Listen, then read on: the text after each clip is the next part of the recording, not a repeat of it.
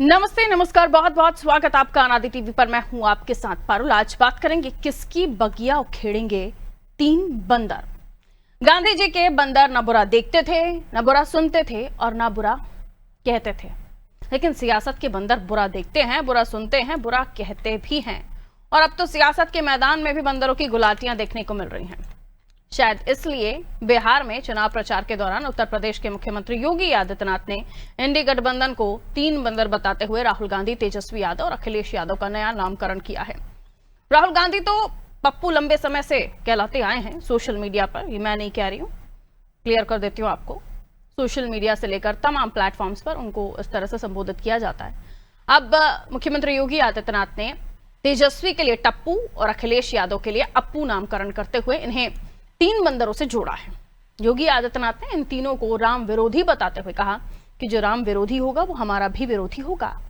उन्होंने कहा राहुल गांधी की कांग्रेस ने राम के अस्तित्व पर प्रश्न चिन्ह लगाया और सुप्रीम कोर्ट में एफिडेविट दिया। उधर राष्ट्रीय जनता दल ने राम मंदिर की रथ यात्रा को रोकने का काम किया और समाजवादी पार्टी ने राम भक्तों पर गोली चलवाई। ये सब याद दिलाकर योगी आदित्यनाथ ने एक बार फिर धार्मिक कार्ड खेलने की कोशिश की है। ये कार्ड बिहार में कितना असरकारी होगा ये कहना फिलहाल मुश्किल है, लेकिन यूपी में इसका असर होने की पूरी संभावना है। तो क्या बिहार में यूपी चुनाव की रिहर्सल कर रहे हैं योगी आदित्यनाथ, और मौजूदा दौर में धार्मिक मुद्दों पर चुनावी लड़ाई कितनी सफल हो सकती है? आज इसी विषय पर हम बातचीत करने की कोशिश करेंगे, लेकिन उससे पहले कुछ रिएक्शंस हैं वो आपको सुनवा देती हूँ। सुनिए। आपने गांधी जी के 3 बंदरों के बारे में सुना होगा। गांधी जी के 3 बंदर थे। गांधी जी ने तो उनको उपदेश दिया था, बुरा मत देखो, बुरा मत सुनो और बुरा मत बोलो। लेकिन आज इंडी गठबंधन के 3 और बंदर आ गए। ये 3 बंदर पप्पू, टप्पू और अप्पू के नाम पर। पप्पू सच बोल नहीं सकता, अच्छा बोल नहीं सकता, टप्पू अच्छा देख नहीं सकता और अप्पू सच सुन नहीं सकता। आपने देखा होगा कांग्रेस के नेता राहुल जी जब भी कहीं जाते हैं भारत के खिलाफ बोलते हैं, भारत के खिलाफ बोलते हैं, भारत को अपमानित करते हैं, विदेशी आक्रांताओं को महिमा मंडित करते हैं। और ये सभी, ये जो 3 इंडी गठबंधन के 3 बंदरों की जोड़ी है, बहनों और भाइयों, ये 3 बंदरों की जोड़ी ये बिहार में खानदानी माफियाज को गले लगा करके, अपना शागिर्द बना करके बिहार की सुरक्षा में सेंध लगाने का काम कर रहे हैं। योगी आदित्यनाथ जी अपना स्टेट तो चला नहीं पाते, एक फील्ड मुख्यमंत्री है। लॉ एंड ऑर्डर की स्थिति यहां बहुत खराब है, दलितों महिलाओं के खिलाफ अपराध बढ़ रहा है, एनसीआरबी कह रही है। स्वास्थ्य सेवाओं में हम बहुत पिछड़े हुए हैं। पर कैपिटा इनकम हमारी पूरे देश में बिहार से जस्ट ऊपर है, यानी हम लोएस्ट पर हैं। गरीबी सरकार कह रही है, केंद्र सरकार के आंकड़े कह रहे हैं कि बहुत ज्यादा है यहाँ पर। नीति आयोग कहता है कि यहाँ पर हम स्वास्थ्य सेवाओं में 18वें नंबर पर है। लेकिन आप जब योगी जी से बात करिए तो वो आत्मश्लाघा से भरे हुए हैं, अपनी पीठ खुद थपथपाते हैं। और अहंकार में जब आते हैं तो घटिया बेहुदा भाषा पर उतर आते हैं। जिस तरह की भाषा वो बिहार में प्रयोग कर रहे हैं वो बहुत ही शर्मनाक है और किसी भी चुने हुए मुख्यमंत्री के लिए संवैधानिक पद पर बैठे हुए आदमी को शोभा नहीं देती है। मगर क्या करें, योगी जी उसके ऊपर बाकी कोई भाषा बोल नहीं पाते, तो सदन में खड़े होकर कहते हैं यमराज मिलेंगे, मिट्टी मिला देंगे, ये कर देंगे, वो कर देंगे। तो जो गली छाप लोगों की भाषा होती है उसका इस्तेमाल वो करते हैं, जो बहुत दुर्भाग्यपूर्ण है और शर्मनाक भी है। उत्तर प्रदेश के ढोंगी मुख्यमंत्री योगी आदित्यनाथ उत्तर प्रदेश के सबसे बड़े माफिया हैं। ये ढोंग रचते रहते हैं कि मैं कार्य करना चाहता हूँ। इनके खुद की पार्टी में महिलाओं का शोषण हो रहा होता है, उन्हें बोलने नहीं दिया जाता है, उनकी आवाज़ को दबा दिया जाता हो। और ये जिसको कंफर्म करना हो वो उत्तर प्रदेश के एनसीआरबी के आंकड़े उठा करके देख ले। देश में महिला अपराध हो रहे उसमें आधा हिस्सा उत्तर प्रदेश का है। 50% अपराध उत्तर प्रदेश में होते हैं और उत्तर प्रदेश के ढोंगी मुख्यमंत्री बिहार में जाकर के डंका बजा रहे हैं कि नहीं हम बड़ा ठीक कर रहे हैं। और इन्होंने कहा कि 3 बंदर भगवान हनुमान जी का स्वरूप होता है।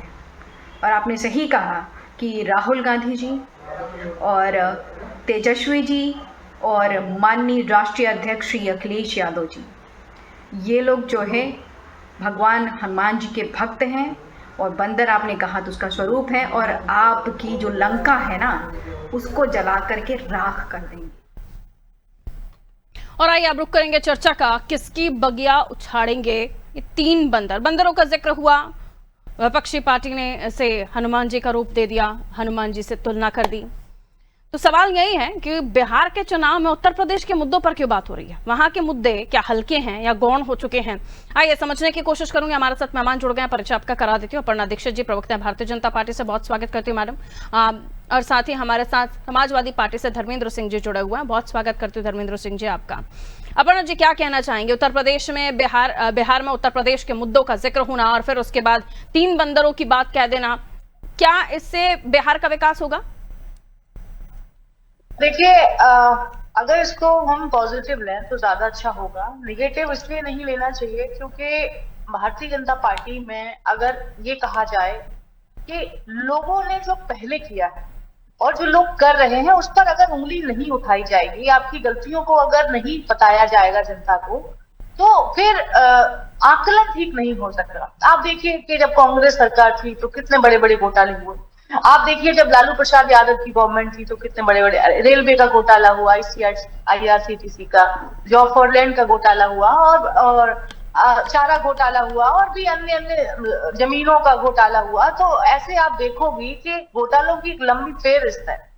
तो अगर ऐसे में जनता के बीच में अगर ये सरकार दोबारा से आ जाती है पारू जी, तो आप देखिए कि क्या हर्ष होगा। फिर से वही लूट खसोट। आपको सत्ता में आसीन होने के लिए आप वादे तो बहुत सारे करेंगे, लेकिन आप, मुझे पूरा भरोसा है कि आप खुद ही पूरा भ्रष्टाचार खुद करेंगे। एक ही परिवार आगे बढ़ेगा, फिर से एक ही परिवार को आगे बढ़ाने का उद्देश्य रखा जाएगा। तो जनता को ये समझ में आता है कि एक परिवार से राजनीति नहीं चलती है, एक व्यक्ति विशेष से राजनीति नहीं चलती है, राजनीति चलती है जनता लोकतंत्र के हिसाब से। अब मुझे लगता है कि लोगों को विकास पसंद है, परिवारवाद उतना पसंद नहीं आ रहा है। इन लोगों को उस छवि से बाहर निकलना चाहिए। जो तीनों युवराजों के नाम लिए, एक लोगों ने चलिए हनुमान जी से वो कर दिया, तो इसको पॉजिटिव लीजिए, अच्छी बात है। आज तो प्यार से बोल दिया माननीय योगी आदित्यनाथ जी ने, कल को कोई जनता के बीच में अगर आप और घोटाले करोगे या सत्ता में आसीन होने के बाद तो आपको लोग गालियां भी देंगे। तो ये तो चलता रहेगा, राजनीति है। इस नामों पर न जाके अगर ये बात करें कि आखिर राजनीति में अब जरूरत किस बात की है? राजनीति में जरूरत है कि आप पहले से लेकर अगर देखा जाए तो अब बिहार की स्थिति में कितना सुधार आया है, रोडों को कितनी जोर तरीके से बनाया। मैडम, दिक्कत ये है ना कि इन चीजों पर बातें नहीं हुई। आज चर्चा इसलिए भी हो रही है कि क्या वाकई भगवान राम का नाम लेकर आप उत्तर प्रदेश के चुनाव की प्रैक्टिस बिहार में कर रहे हैं? क्योंकि जिन चीजों को आपने गिनाया ना, फलाना घोटाला, ये सारी चीजों पर बातें नहीं की। देखिए, उत्तर प्रदेश और बिहार का एक बहुत अटूट संबंध रहा है। भगवान श्री राम की अगर नगरी उत्तर प्रदेश अयोध्या है तो उनकी ससुराल मिथिला नरेश है। तो इसको तो जोड़कर ही देखा जाएगा। राजनीतिक दृष्टिकोण से भी आप देखिए, पूर्वांचल के ज्यादातर लोग बिहार की सभ्यता की तहजीब रखते हैं और बहुत कनेक्ट रखते हैं, आपस में रिश्तेदारियां करते हैं। लेकिन सीखने की जरूरत है उत्तर प्रदेश में कि देखिए, क्रिटिसाइज नहीं कर रहे हैं। बात ये है कि मैडम जो चल रहा है आज की डेट में पारुल जी, कि आप गाली गलौज देंगे, आप प्रधानमंत्री की मर्यादा नहीं रखोगे तो आपके लिए कोई समस्या नहीं है। आप प्रधानमंत्री को चोर बोलोगे, ये चीजों पर बातें नहीं हुई ना मैडम। ये तो आप इंक्लूड कर रही हैं, लेकिन जो मंच से उन्होंने कहा मैं उसी को लेकर जिक्र कर रही थी। इसलिए पूछा क्या बिहार के मुद्दे जो हैं वो खत्म हो चुके हैं? वहां पर इतनी सारी चीजें चल रही हैं, उस बारे में कोई जिक्र नहीं होता। भगवान राम को लेकर क्या आप एक बार फिर से एक नैरेटिव वहां बनाने की कोशिश कर रहे हैं? इसलिए पूछा था मैंने ये सवाल। आप कहीं और लेकर जा रही हैं, मैं लौट रही हूँ। धर्मेंद्र जी भी हमारे साथ जुड़े हुए हैं। धर्मेंद्र जी, पप्पू अप्पू टप्पू 3 बंदर, और उसके बाद ये भी कह दिया मुख्यमंत्री योगी आदित्यनाथ ने कि हर जगह आप लोगों ने भगवान राम का विरोध किया, मंदिर से लेकर रथ यात्रा से लेकर तमाम जगहों पर। जो राम के विरोधी है वो हमारे विरोधी हैं। जी कहिए, निकल ही नहीं पा रहे हैं उस कॉन्सेप्ट से आप लोग। जी नमस्कार पारुल जी। नमस्ते। हमारी पैनलिस्ट साथी को और आपके दर्शकों को भी देखिए, दो तीन बड़ी महत्वपूर्ण बातें हैं। योगी जी की भाषा बता रही है, जब कोई सत्ता में होता है और उसके काम बताने के लिए नहीं होते हैं तो तंज की राजनीति शुरू करता है, और तंज की राजनीति यही भाजपा की नई मॉडस ऑपरेंडी है।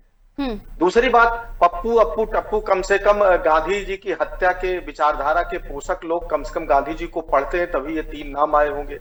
अब सरकार की स्थिति ये है कि ये जो पप्पू अप्पू और टप्पू इन्होंने कहा, ये तीनों महंगाई, बेरोजगारी, भ्रष्टाचार जो उत्तर प्रदेश में चरम है उसके प्रतीक हैं। क्योंकि इसका नाम मुख्यमंत्री जी ले नहीं सकते थे अपने जबान से, तो ये जो है इसको प्रतीकों के रूप में ले आए। सच ये है कि हम लोग जब यंग एज में थे तो एक टीवी पर सीरियल आता था चंद्रकांता, बहुत थोड़े दिन चला, देवकीनंदन खत्री साहब के उपन्यास से प्रेरित था और उत्तर प्रदेश की ही एक रियासत की स्टोरी थी।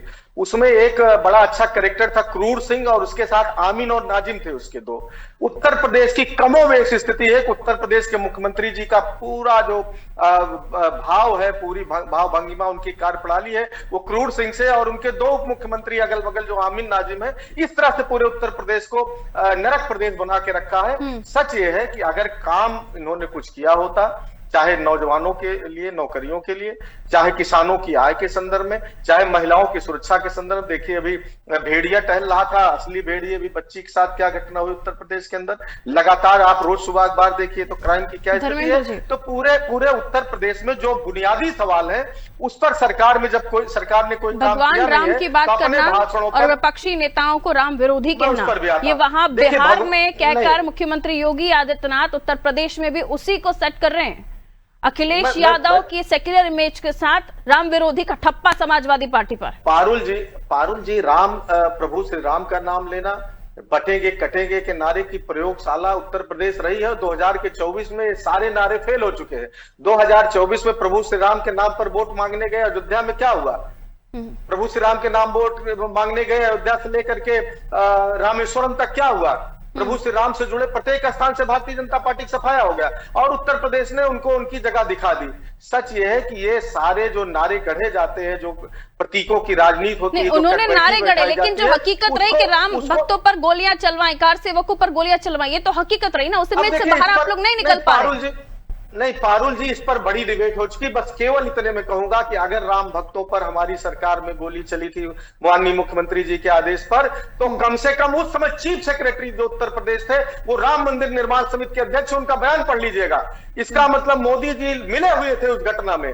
वो कहते हैं कि ऐसा कोई आदेश नहीं दिया गया था। अगर वो थे तो अफसर जिम्मेदार होता है, वो अफसर राम मंदिर निर्माण समिति का अध्यक्ष कैसे हो गया?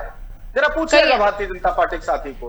दूसरी बात पारुल जी, 8 बजे मेरा एक डिबेट है, तो मैं आपसे इजाजत भी ले लूंगा। बिल्कुल सर, शुक्रिया। मैं अपर्णा जी से एक इस पर 20 सेकंड का मैं कमेंट ले लेती हूँ। अपर्णा जी कहिए। देखिए पारुल जी, इसमें कोई दोहराई नहीं है। जिस प्रकार की राजनीति अखिलेश यादव जी ने की है और तेजस्वी यादव जी कर रहे हैं और राहुल गांधी जी कर रहे हैं, तोड़ने की राजनीति कर रहे हैं। और इन्होंने हमेशा ये बताने की कोशिश की है, जैसे इन्होंने दिवाली पर दियों की बात की, जैसे इन्होंने क्रिसमस को बढ़ावा देने की बात की। आप देखिए लालू प्रसाद यादव जी अपने नाती नौताओं के साथ कैसे खेल रहे हैं। तो ये बाहर की सभ्यताओं को बढ़ावा दे रहे हैं और हिंदुस्तान की सभ्यता को गाली दे रहे हैं। इससे मैसेज क्या जाने की बात हो रही है? पारुल जी, हमेशा सोचनीय विषय है कि आप जब भी बात करते हैं हमेशा हिंदुओं के विरोध की बात क्यों करते हैं, इस पर सोचना ही चाहिए।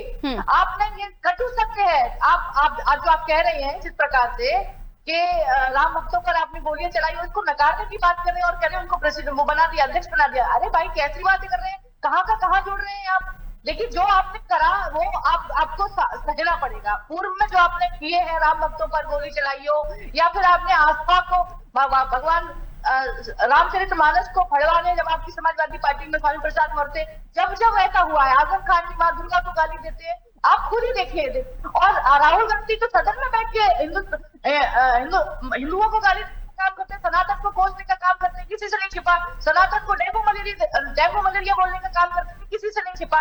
तो आखिर इतनी समस्या जो होती है, इसकी समस्या है, तो लोगों को ये बताना पड़ता है। इसलिए मैंने पूछा कि क्या बिहार में यूपी की चुनाव की स्क्रिप्ट प्रिपेयर हो रही है, उसका ड्राफ्ट तैयार किया जा रहा है, इसलिए ही पूछा था मैंने। क्योंकि बिहार के मुद्दों में राम विरोध, राम मंदिर तो नहीं है, लेकिन वहां पर भी इसे अगर कहा जा रहा है, इसे अगर चुनावी अभियानों में, चुनावी प्रचार में लाया जा रहा है, तो मसला कुछ और है।